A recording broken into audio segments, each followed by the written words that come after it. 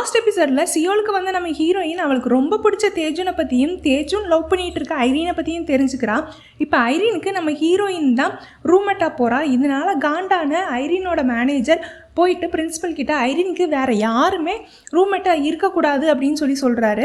ஆனால் பிரின்ஸிபல் அதெல்லாம் முடியாது, பேரண்ட்ஸ் எல்லாரும் எங்களோட சண்டைக்கு வர்றாங்க, ஐரீனுக்கு மட்டும் என்ன ஸ்பெஷல் ட்ரீட்மெண்ட்டா அப்படின்லாம் கேட்குறாங்க.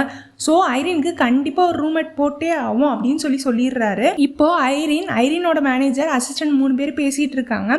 மேனேஜர் ஐரீனை கன்வின்ஸ் பண்ண பார்த்துட்டு இருக்காரு.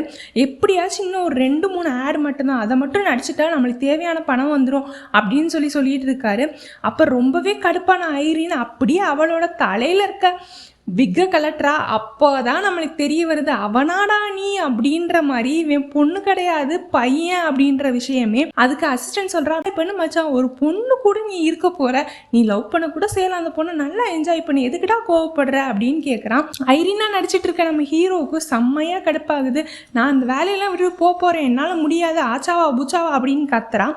அதுக்கு மேனேஜர், உன்னோட ட்ரீமை அச்சீவ் பண்ணணும் அப்படின்னு நீ நினச்சின்னா நம்மளுக்கு காசு தேவை, அதை மட்டும் நினச்சி அதை ஃபோக்கஸ் பண்ணி பார்த்துட்டே இரு அப்படின்னு சொல்கிறான். பொண்ணு வேஷம் போட்டிருக்க நம்ம ஹீரோ இப்போ ஹாஸ்டல் ரூம்குள்ளே போகிறாரு. இதுக்கப்புறம் ஹீரோவுக்கும் ஹீரோயினுக்கும் என்னெல்லாம் கலாட்டா நடக்க போகுது அப்படின்றத நெக்ஸ்ட் பார்ட்டில் சொல்கிறேன். மறக்காமல் நம்ம சேனலை சப்ஸ்கிரைப் பண்ணி வச்சுக்கோங்க.